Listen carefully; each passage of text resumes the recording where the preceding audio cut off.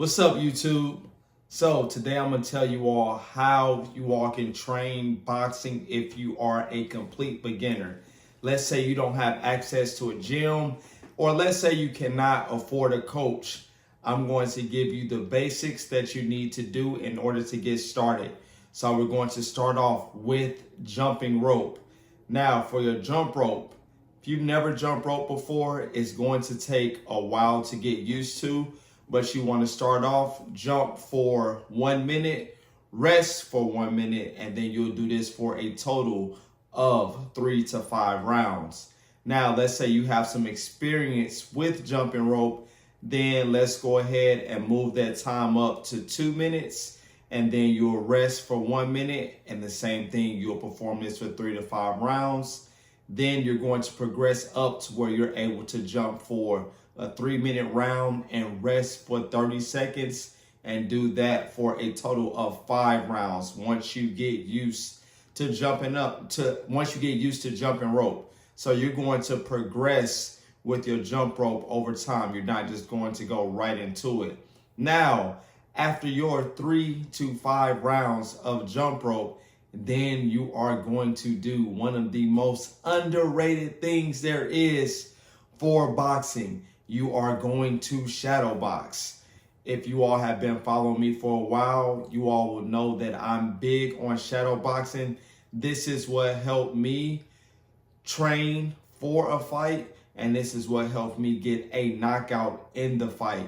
Visualizing an opponent in front of me, working on different things, pretending shots are coming back, working on counters. So with your shadow boxing, you're not just out there aimlessly throwing punches, just being wild. Everything is calculated. This is your chance to work on your favorite combinations, or if you don't have some combinations that you consider your go-to combinations, this is where you practice those combinations.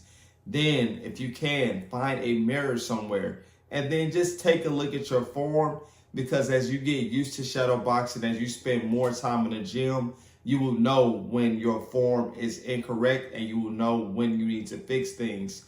Now, as you get tired with your shadow boxing, that's when you really want to pay attention to your form, because when people get tired with boxing, that's when they tend to revert to old habits. So they're dropping their hands, maybe their feet placement is incorrect, they're crossing their feet. So that's when you typically are going to revert back to those old habits. So when you're tired, really pay attention to that form. Now for your shadow boxing, remember, this is for beginners. You want to start off with 5 rounds of shadow boxing. Now your shadow boxing, you want to start that at 2-minute rounds, and then you'll rest 1 minute. As your endurance improves, you'll work up to a 3-minute round, and then you'll rest 30 seconds, and you'll go for a total of 5 rounds. Now, let's say you've been doing this for a couple weeks, you're staying consistent.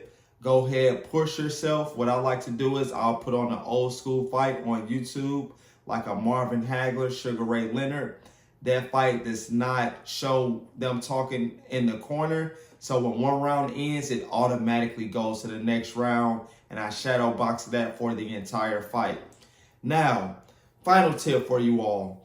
Also in your shadow boxing, mix things up. So add in that pendulum step. Start adding in that bounce, and then do a round where you're just constantly moving, working on footwork. You're moving lateral, you're moving forward, you're moving back, working on defense, working on your slips and rolls, and that you are then back on the toes and then throwing those quick shots, because you want to hit people and not get hit. So remember, when you're throwing punches and you're hitting people, there's going to be punches coming back. So you should mimic that in your shadow boxing.